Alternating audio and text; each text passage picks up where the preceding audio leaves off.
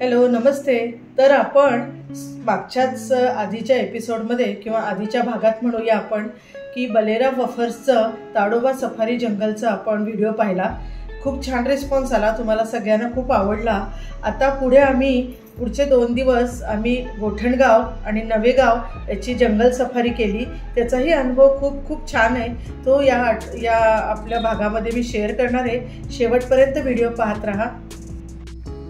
Good morning. सकाळचे 5 वाजलेले आहेत। आज आमच्या ट्रिपचा 3रा दिवस आहे।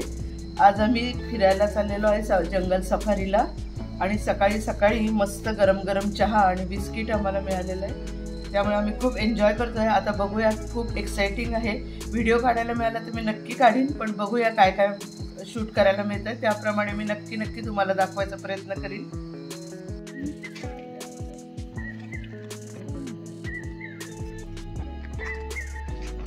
कारण 1 तासाचा प्रवास करून आम्ही नवेगाव सफारीच्या गेटपाशी पोहोचलेलो आहोत।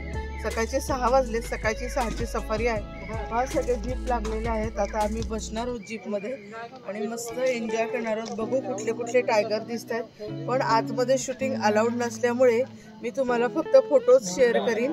त्यामुळे एन्जॉय करा, खूप सुंदर आहेत। बघूया आता काय काय दिसतंय ते।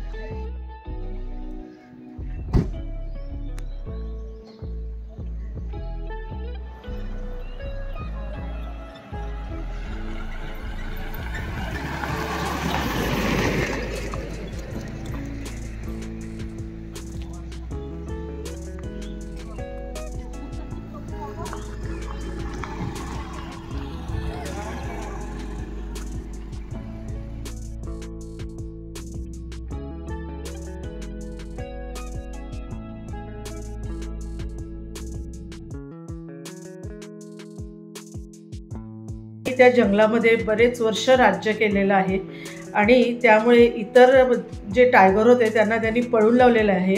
पण तो जो दिसायला त्याचा रुबाब आणि तो सगळा अतिशय मोहक आणि सुंदर आहे। जरी टायगर असला तरी सगळ्यांना तो खूप आवडतो। त्याला पाहण्यासाठी लोक लांबून येतात आणि आमचं पण भाग्य छान होतं। आम्ही आतमध्ये नवेगावला आतमध्ये जंगलामध्ये एंट्री केली तर सुरुवातीला आम्हाला गाईडनी दाखवलं की कालच एका टायगरनी एक शिकार करून ठेवलेली आहे। तो टायगर असं असतं की टायगर जेव्हा शिकार करतो तेव्हा लगेच खायला घेत नाही।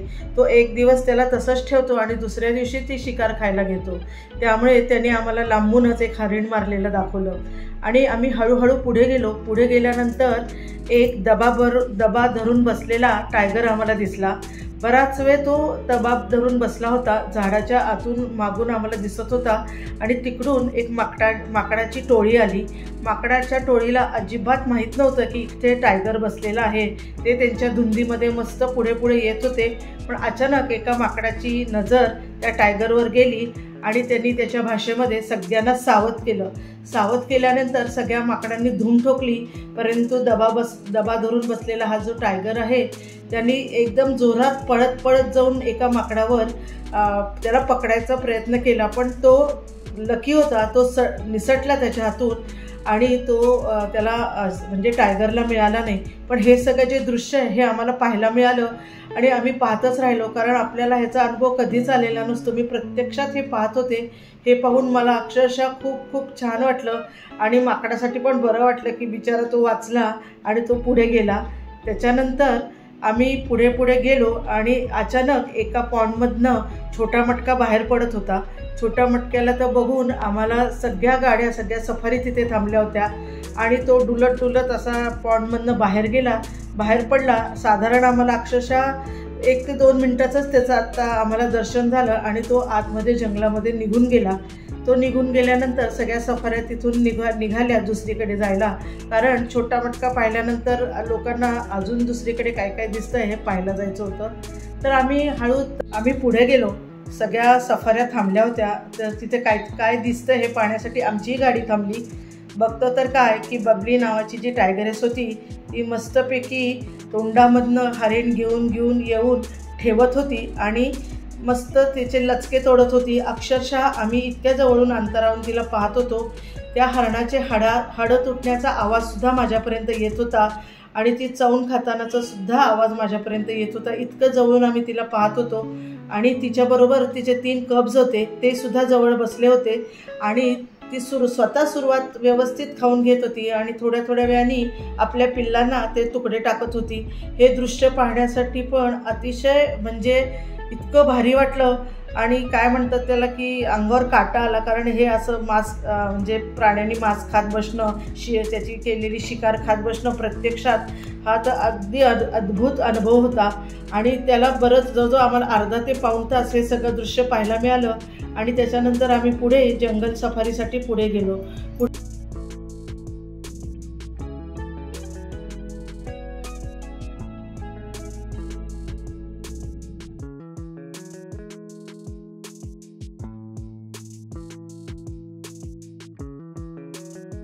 अद्भुत अनुभव होता आणि त्याला बरंच जवळजवळ आम्हाला अर्धा ते पाऊण तास हे सगळं दृश्य पाहायला मिळालं आणि त्याच्यानंतर आम्ही पुढे जंगल सफारीसाठी पुढे गेलो।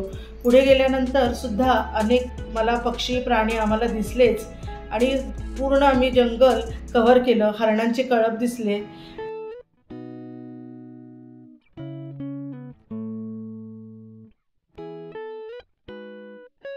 असा एक पॉइंट आहे नवेगावला की पूर्ण ताडोबाचा पूर्ण सिनेरी, पूर्ण ताडोबा जंगल एका पॉइंटवरून असं छान दिसतं, ते आम्ही पाहिलं। खूप खूप खूप सुंदर दिसत होतं ते दृश्य। आणि नवेगाव हे जे सफारी जंगल आहे हे कुठे चढ, कुठे उतार, कुठे मध्येच पाण्याचा पॉन्ड, तर कुठे म्हणजे असं वेगवेगळ्या एकसारखं नाही आहे। कुठे खूप झाडी आहे तर कुठे एकदम विरळ झाडी आहे। अशा छान छान गोष्टी तिथे आम्हाला पाहायला मिळाल्या।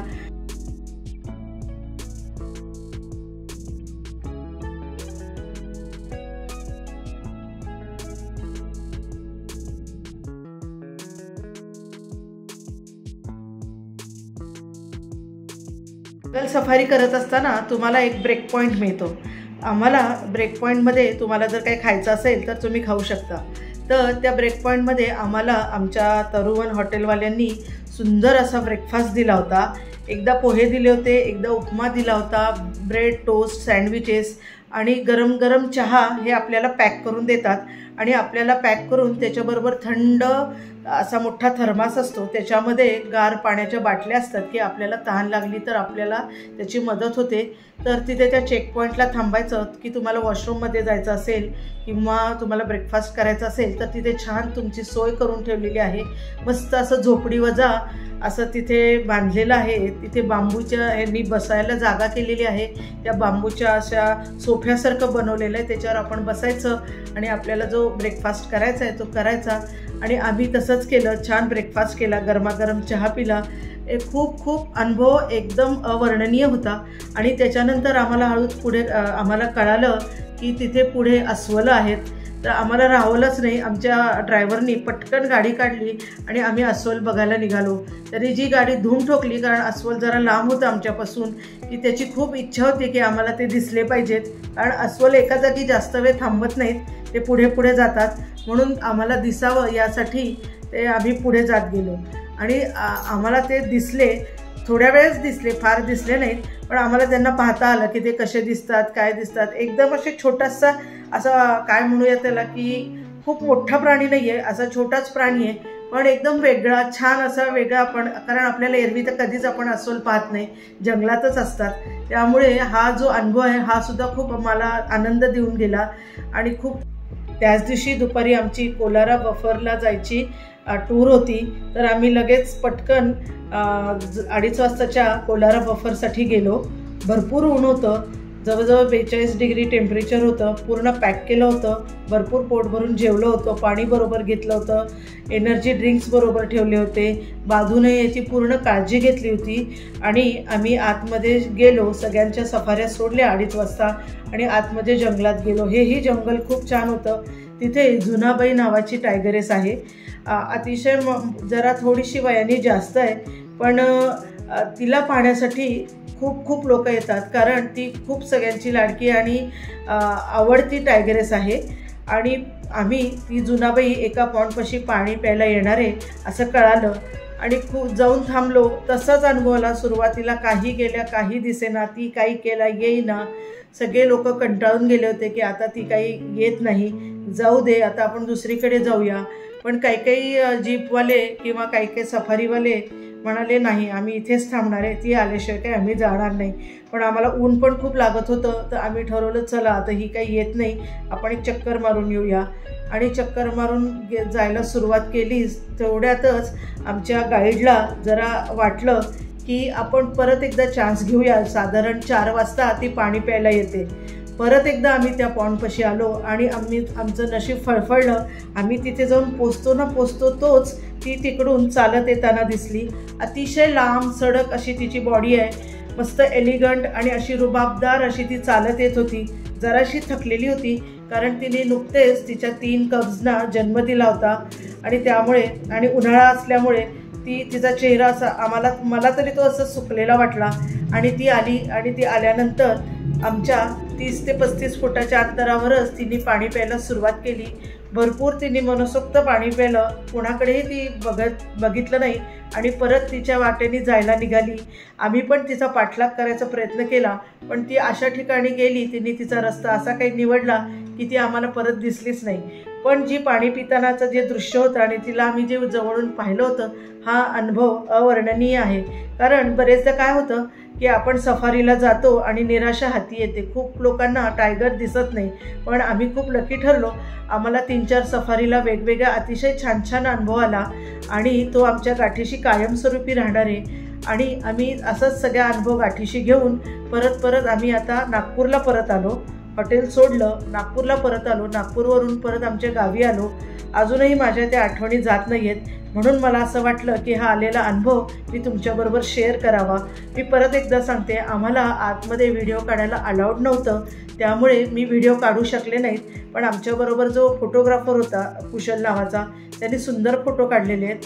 फोटो काढण्यासाठी सुद्धा तुम्हाला पेमेंट द्यावं लागतं, पण तो कॅमेरा फक्त नेणं अलाउड होतं आणि तो सुद्धा चांगल्यातला कॅमेरा असावा लागतो, तरच तिथले फोटो छान येतात. तर तो कॅमेरा त्यांनी मला काही फोटो शेअर केले, ते मी तुम्हाला या व्हिडिओमध्ये दाखवीनच. आणि तुम्ही माझा हा व्हिडिओ शेवटपर्यंत पाहिलात त्याबद्दल थँक्यू व्हेरी मच. आणि मी असेच ब्लॉग जर कुठे गेले तर तुमच्यासाठी माझा एक्सपिरियन्स तुमच्याबरोबर शेअर करायला नक्कीच घेऊन येणार आहे. आणि तुम्ही असं